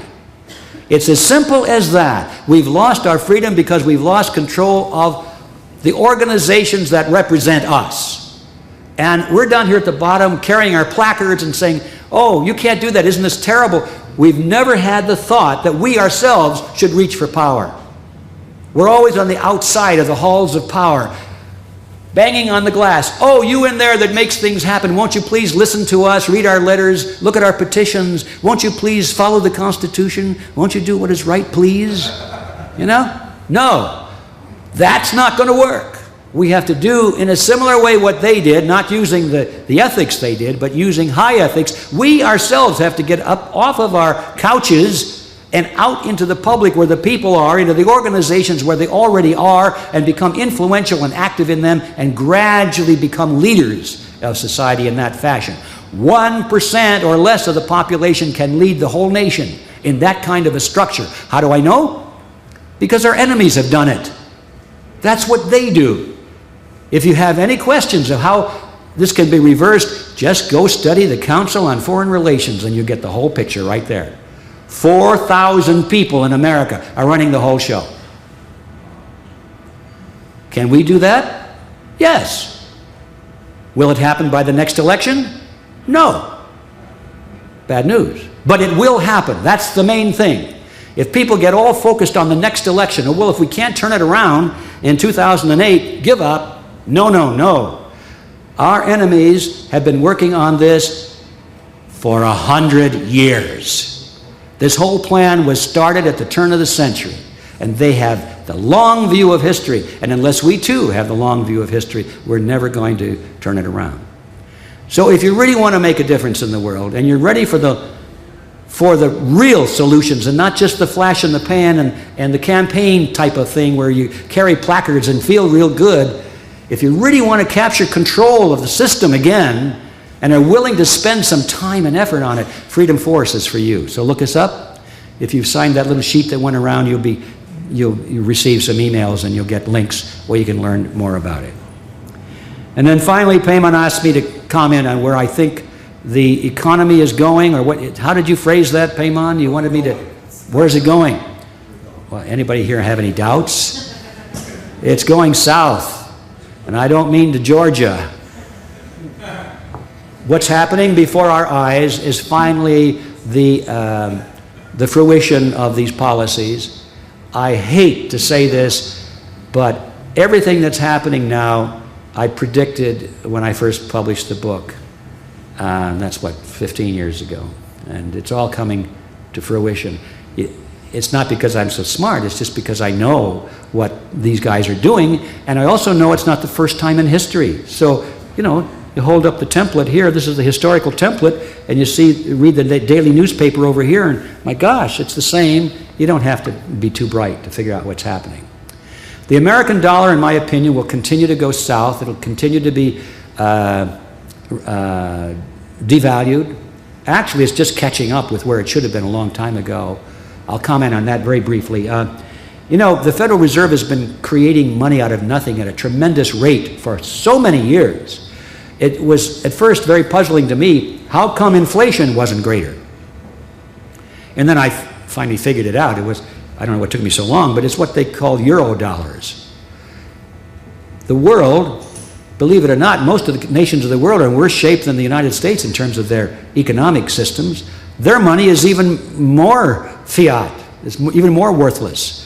Little countries in South America, and Latin America, and Asia, and Africa, some of them in Europe, they don't want their own dollars because they're losing value even faster than the American dollar was. Not anymore. So they wanted American dollars. Some of those countries couldn't even conduct a reasonable financial transaction in terms of their local currency. It just didn't work. So they wanted American dollars, and they grabbed up as many as the Federal Reserve System could create. And countries like China and some of the Arab nations were just investing in U.S. bonds, and they thought that was a great thing. So all of this money was going overseas. And now what's happening is that the tide is turning. And all of this money that's over there, called euro dollars, that it's not just in Europe, people are beginning to say, I don't want this stuff anymore, so what are they going to do with it? They'll send it back. They'll come back and say, we'll buy anything we can with it while it still has any value at all. So they'll buy our refrigerators, our cars, and our real estate, and our corporations, and our politicians, or whatever they can with the money while they can. And meanwhile, we'll be left holding the bag, in my opinion, with a huge, huge inflation on our hands. That's not the end of the line. I believe that the people that are making this happen or allowing it to happen have anticipated this move. This is not hitting them by surprise. They knew this was going to come, and they're ready for it. I believe what they want to do is use this as an excuse to bring in a new regional money called the AMERO, which will be a huge step in the direction of their New World Order plans, which will be the merger of the United States with Mexico and Canada. The two legs of sovereignty, the strongest legs, are the nation's money supply and the other one being the nation's military. And the people in Washington today are doing their best to get rid of both.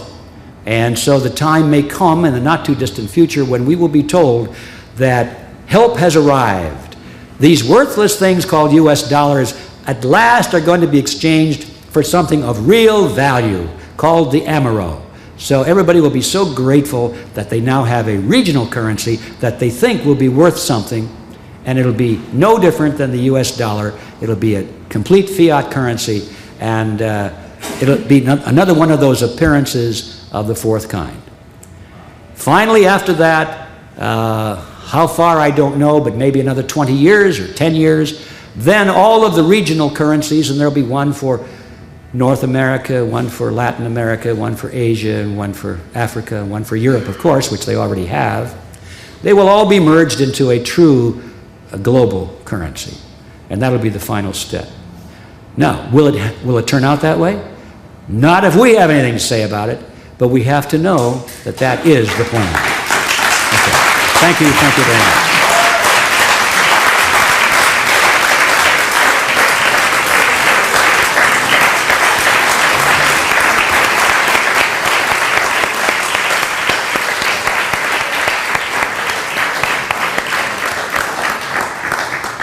Thank you, Ed, for a very informative speech. And folks, I hope that looks like from everybody standing, you were happy with the speech also? Yeah? Let's give Ed another hand.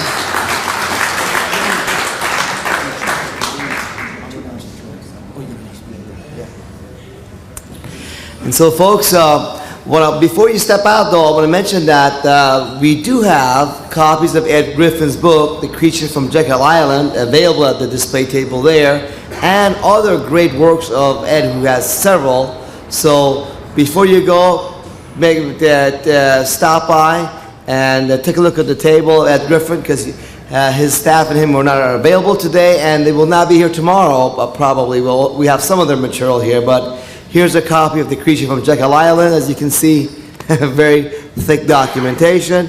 So please take advantage of getting the material and the books and audio CDs of Ed Griffin at this time, if you like. But I want to mention something else, because I've been talking to Ed about this issue for a while now. I had him on my radio program last year and this year a couple times, and we talked about the AMERO coming and things like that. This is not news to those people who follow all this. And as he said, unfortunately, collectively, we all will be hurt by what the bankers are doing. There's no question about it. But, as I said always in Freedom Law School, same thing with the IRS and income tax, or traffic tickets, or bureaucrats harassing you.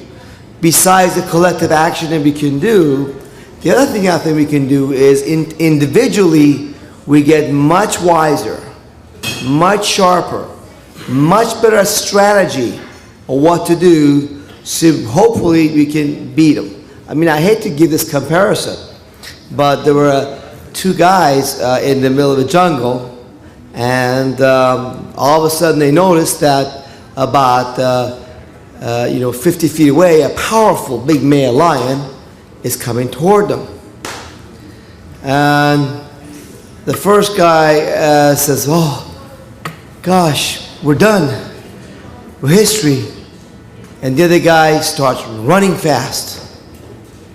The other guy runs after him. Second guy said, the one that said we're history, said, "What's the point of running so fast?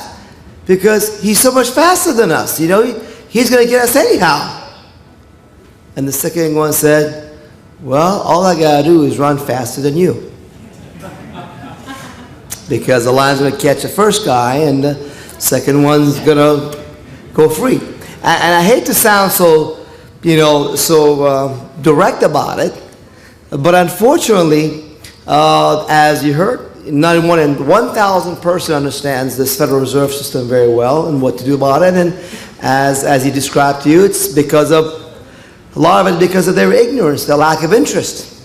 We advertise these events and other speakers that we have here to a large numbers of people out there who heard about it, but only a few of you who chose to be here in person or listen to this on CD or video took the time to be here. And the fact of the matter is, if you understand the game and how it works, there are also opportunities created in there for those who understand to minimize the damage and even profit by it.